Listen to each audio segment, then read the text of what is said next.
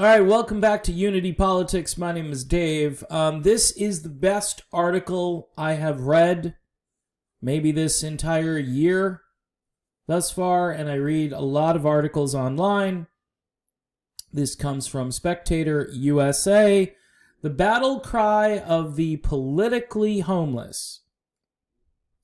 Anyone moderate with a brain and anything to lose has largely gone silent. I just took a trip to the local supermarket today here in Florida. They are locking things down more. They're not closing things, but they're requiring you to wear a mask pretty much wherever you go. And, I have a lot of libertarian enzymes, and, again, if you do some research about the mask, and stuff is out there, it's just not being reported. I watch news, and the news is all pro-mask, and the reporters, the reporterettes, who do news on my local television station, which is called Wink News here in Southwest Florida, they have these scowling-looking expressions on their face when they have to cover anything that is anti-mask. Anyway, I digress. I'm just saying that this just does not feel right. Anyway, this is from Bridget Fatassi, and I should go follow her over on Twitter. Like millions of Americans, I'm exhausted, but I'm not tired from resisting or tired from screaming at a MAGA rally. I'm tired of the toxic tribalism infecting the very foundations of our democracy, straining our relationships, and poisoning our view of our fellow humans. I'm tired of everyone being outraged, getting worked up over the latest news cycle, only to forget about it 2 hours later, tired of being afraid to voice my own opinions, of knowing how saying the wrong thing at a barbecue while someone is filming on their iPhone could result in a nationwide clarion call for my head on a pike. I'm tired of rage mobs and cancellations. 2016 was the breaking point, or at least a watershed moment, when the vilification of diverse opinion exploded. Trump versus Hillary forced everything into a binary, and suddenly bipartisanship and moderation became radical positions to take. Now, you aren't just voting out of habit or, God forbid, voting for your own interests. Every vote is considered a statement on your personal identity and worth, your value, who you are, what kind of world you want, whether or not you're a good person or an evil person. It all boils down to which lever you pull. Damn your reasons, vote for the right person, or else you're a fascist, or a racist, or a globalist, or a communist. Try not to be a globalist of all those on the list. That's just my 2 cents worth. I may be moderate, but I still have...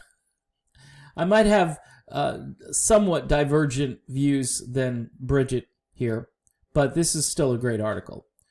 Politically disinterested citizens like me have increasingly been pulled off the sidelines and into this incredibly divisive political climate, unwilling combatants in a battle fought among fiercely partisan tribes.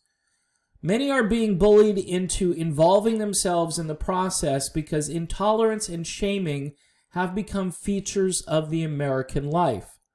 Thanks in no small part to social media, the simple act of expressing your opinion or even going so far as to ask questions has begun to negatively affect lives and destroy people. You may have once fancied yourself a good progressive, while also having the opinion that there are only 2 genders.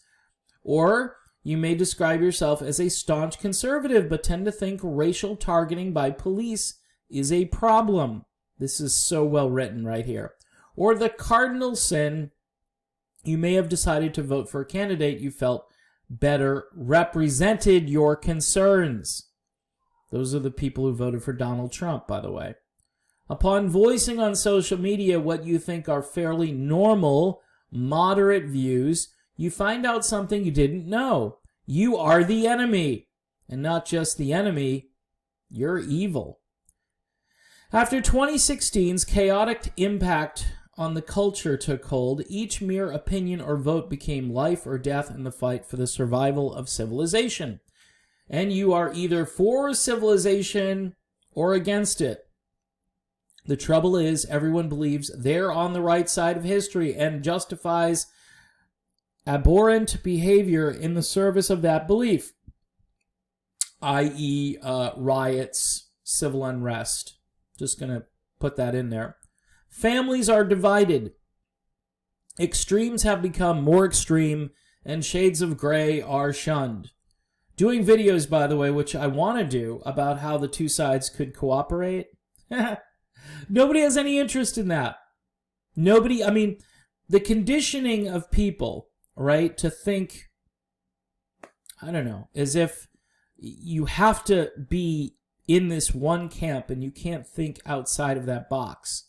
That conditioning continues by the minute. Expressions of nuance are mocked. Anyone moderate with a brain and anything to lose has largely gone silent. I get it too. I understand why the silent majority is uneasy.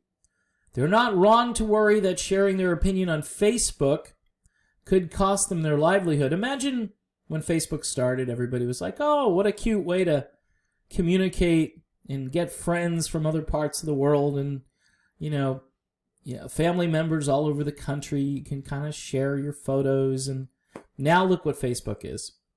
Think of how far both Facebook and Twitter have come since they began. Most people are just trying to raise their families and pay their bills and pine for the days when they only had to think about politics every few years. Remember that? Oh, we got an election. As soon as the election's over, we got to start thinking about the next election. Or the midterms. We got to start thinking about the midterms. Now, millions of independent thinkers, this is good, recently polled at almost 70% of the American population and labeled the exhausted majority are harboring intense feelings of political homelessness and ideological isolation. Both parties demand totalitarian-like devotion to their ideology, and if you're indifferent, apathetic, or nuanced in your approach to politics, you'll end up in the wasteland of the center, tribeless, unprotected, and increasingly insulated. Now, I would say this, of the two political parties, I would say the Democratic Party is far more totalitarian. I mean, there are some conservative Republicans who run on those issues and they kind of brand their opponents as liberals if they slip up on an issue or two and they're not as conservative. But I see this way more on the left, the litmus testing on the left. But you aren't alone. My inboxes have become something of a confession booth for people who have issues with their own side or sympathy for their political opponents. People I speak to at length in person have all manner of opinions and thoughts that they not only didn't feel comfortable admitting publicly, but for which they go out of their way to craft an online image that portrays the opposite. You know, honestly, when I was supporting Tulsi Gabbard, I was very uncomfortable with some of the hard left stuff that she was embracing. Just putting it out there. The trouble with living under mob law is that no one can be honest, but this siloing of the public and private personas needs to stop. We all abandon our duty as citizens when we put party loyalty over thinking critically and speaking truthfully. We can't expect integrity from our leaders if we don't expect it of ourselves.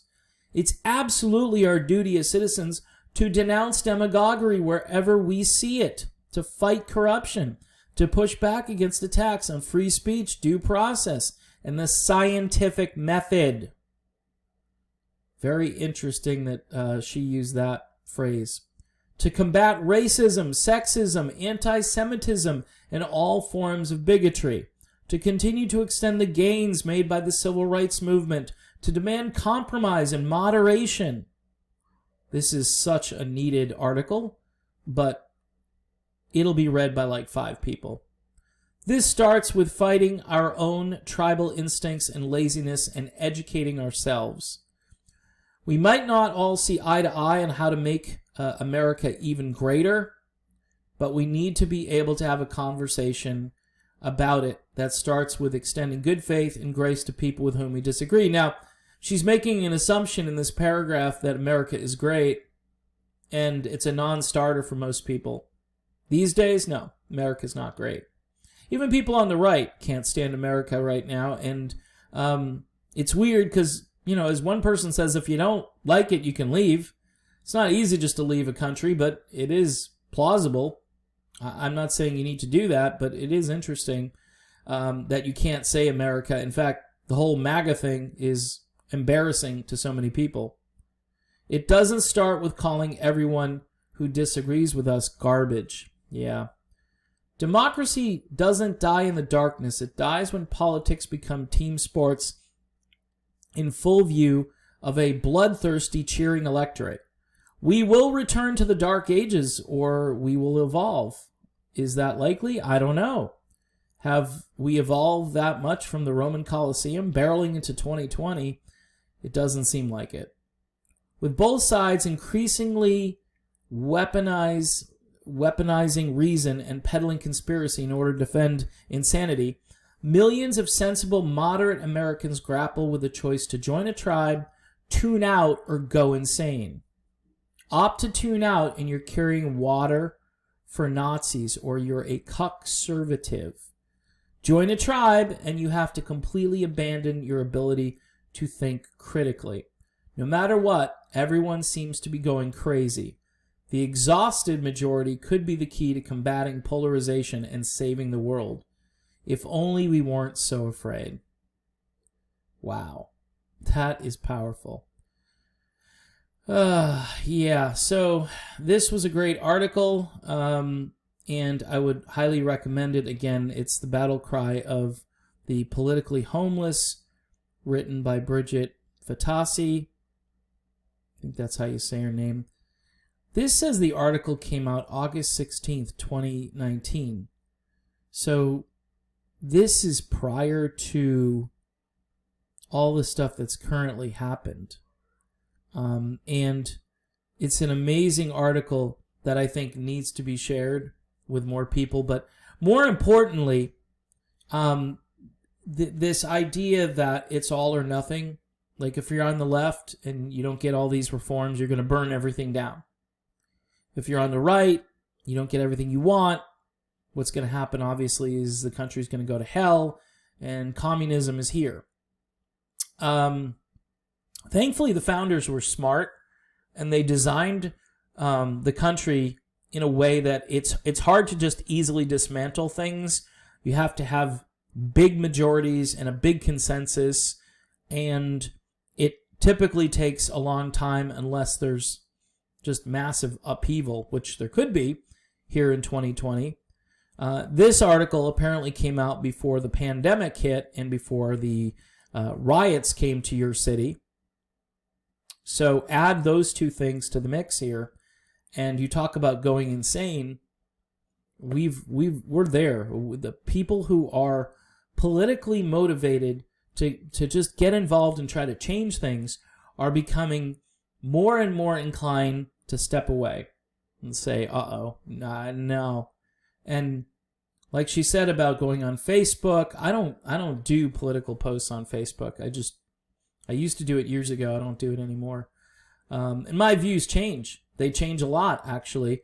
Right now, I'm feeling far more libertarian, but I am feeling a little conservative here and there. And I'm still courting a few progressive ideas that I think are worthy of consideration. Things like Medicare for all and state college tuition for free. I don't see why that's an issue.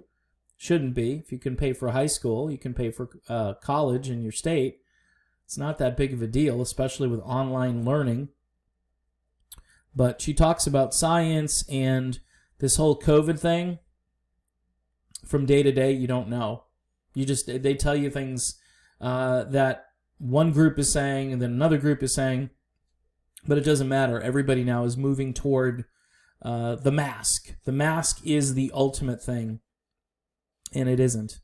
It's a way to control the population, and it's succeeding. I go out, and like I said, it's zombie land. I just never bought into this. I just never felt as though this was going to help anybody, and maybe it does, but if it did, how come they didn't do it at the very, very beginning of the outbreak? Why did we wait, like, I don't know, 5-6 months before we decided we were going to do something with a mask and mandatorily, at least in these hot spots, say, hey, you got to wear a mask? Well, that should have been the prescription right out of the box. So something is sinister. Something is not right in Denmark, and probably more right in Denmark than here in the USA. In any event, great article from Spectator USA. Check it out, read it, share it. This is me. This is me politically. There are a few little quirks in the article, but I could embrace this 100% and tell people this is what many Americans are feeling like right now, where you've got real craziness happening on the left. You've got an aimless Republican Party. You've got Trump trying to carry a lot of this and to see if he can push through. And I don't know if he's going to be able to. I think it's way too much against him. The problem is you've got Biden waiting to be the president, and he's got nothing. He literally has nothing. Joe Jorgensen might be your only choice. I think libertarians are on the ballot in most all states. Green Party, I definitely toyed with that idea for a number of months, but fringe party, and also a neoliberal party in a lot of ways, and an authoritarian party in a lot of ways. So I ain't doing it. Just, maybe if somebody else had gotten the nomination, if Jesse Ventura was able to get the nomination, but this is where person is more important than party. Tulsi Gabbard, for instance, isn't a garden variety Democrat. So voting for her was easy for me because I looked at her and said, she's got character, she's got ideas that are outside her party lockstep line. But this tribalism that Bridget describes here it's been ratcheted up at least 1 or 2 notches since this article came out, and possibly even more. So in any event, thanks for watching the channel. If you're new to the channel, please subscribe. I know I'm getting a lot of libertarians that are showing up over here, and unity politics really is about unity, but libertarianism, and the reason I'm mentioning it a few more times here is that it does tend to bring elements of the left and the right together. And there are problems with that, and people have to cope with the things that they don't like. But imagine getting a true anti-war party. Imagine getting a party that wants to eliminate the Federal Reserve Bank. Yes. To rein all the Wall Street cronyism and corruption in, and to eliminate that, abolish that. Those are 3 things right there. And, fiscal policy and monetary policy, that would be a lot closer to a more pure system. Now, yes, they do like capitalism, obviously, but they're certainly into regulating institutions that are corrupting the system. Free market, okay. I mean, I don't know.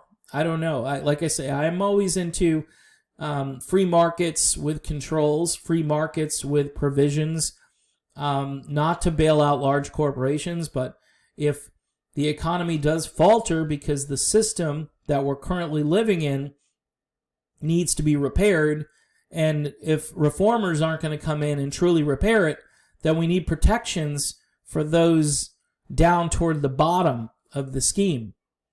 And so libertarianism, it's definitely a better philosophy than the other 2 political parties, as far as I'm concerned. Is it perfect? No. Does it address economic inequality? Theoretically, it does, but if those things, if everything was perfect, those things might work. But the problem is our system is so corrupted that until the corruption is cleaned up, you can't even experiment with the libertarian ideas. You have to, but then again, you've had governors who've been very libertarian. Bill Weld in Massachusetts years ago, and Gary Johnson, obviously, both of them ran for president last time around, or president and vice president. Especially Gary Johnson, he tended to be more of a libertarian, even though he was elected as a Republican. If you look at his track record in his state of New Mexico, he was quite an impressive governor. And Jesse Ventura, when he was governor of Minnesota, tended to get a lot of things done, and he worked with both political parties, hence the battle cry of the politically homeless, which I consider myself as being one of those.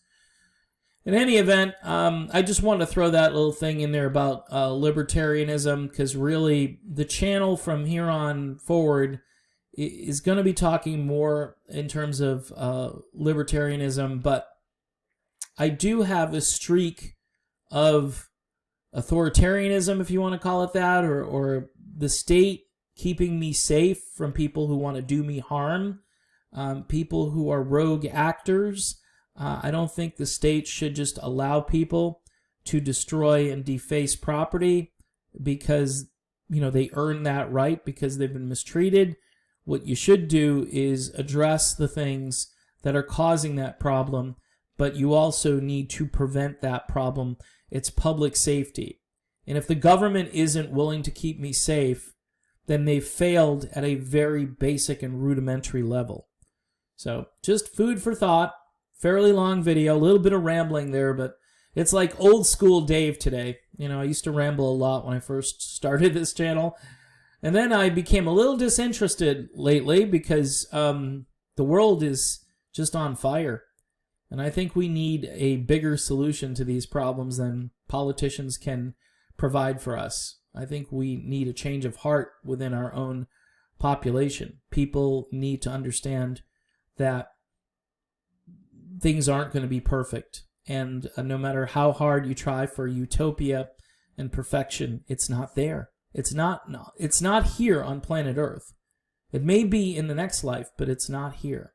So you have to think, what can I do right now in my community to help? What can I do to make my own life better, to take care of my family or my friends or my grandparents or whatever it is that you're in that sphere? What can you do in your sphere of influence to help? And to do it with a smile on your face, and to do it with a sense of service. Remember Tulsi Gabbard, service before self? I don't think that mantra did not help her, because people want things now and they don't really want to earn those things. They want to say, I was put at a disadvantage, and that's why I couldn't achieve, because I was put at that disadvantage by the man, or by society, or by somebody who's a different race, you go down the list, and it's like, where are the overcomers? This happens when you're growing up, when your parents say, Johnny, you can do this. I have faith in you. I can teach you how to do this, but it's up to you to actually do it. So we're a long way from where we once were, and we're just collapsing quickly. So I know I covered way too much there, but I figured if I'm going to do a video, it's going to be a long video. So there you have it, the battle cry of the politically homeless. I'm one of them. I'm wondering if you might be one of those people too. See you soon.